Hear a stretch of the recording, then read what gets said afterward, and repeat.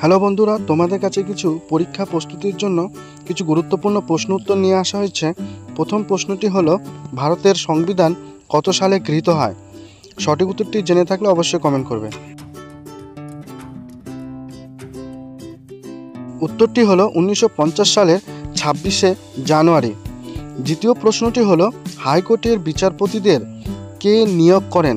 সঠিক উত্তরটি জেনে থাকলে অবশ্যই কমেন্ট করে জানাবে। উত্তরটি হলো রাষ্ট্রপতি।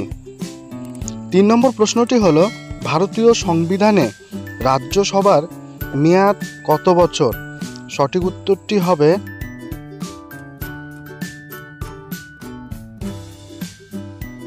উত্তরটি হলো 6 বছর পর্যন্ত মেয়াদ থাকে। 4 নম্বর প্রশ্নটি হলো, রাজ্যসভার চেয়ারম্যান কাকে বলা হয়? সঠিক উত্তরটি জেনে থাকলে অবশ্যই কমেন্ট করবে।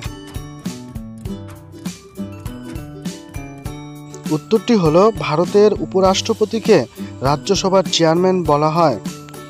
5 নম্বর প্রশ্নটি হলো, ভারতের রাষ্ট্রপতি পদত্যাগ করতে চাইলে পদত্যাগপত্র কাকে জমা দিবেন?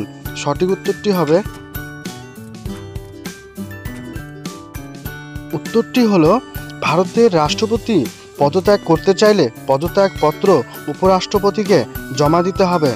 6 নম্বর প্রশ্নটি হলো, রাজ্যসভার সদস্য হতে গেলে প্রার্থীর বয়স কমপক্ষে কত হতে হবে? সঠিক উত্তরটি হবে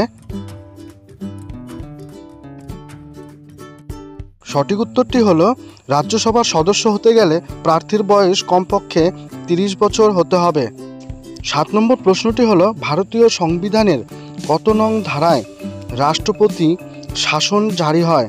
সঠিক উত্তরটি হবে উত্তরটি হলো, ভারতীয় সংবিধানের 365 নং ধারায় রাষ্ট্রপতি শাসন জারি হয়।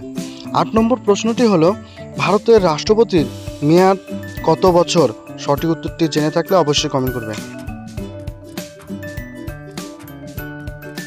সঠিক উত্তরটি হলো, রাষ্ট্রপতির মেয়াদ 5 বছর।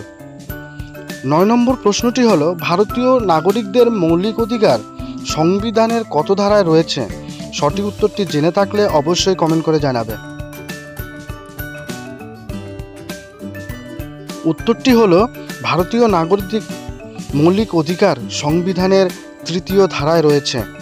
আজকের শেষ প্রশ্নটি হলো, হাইকোর্টে বিচারপতিদের অবসরের বয়স কত?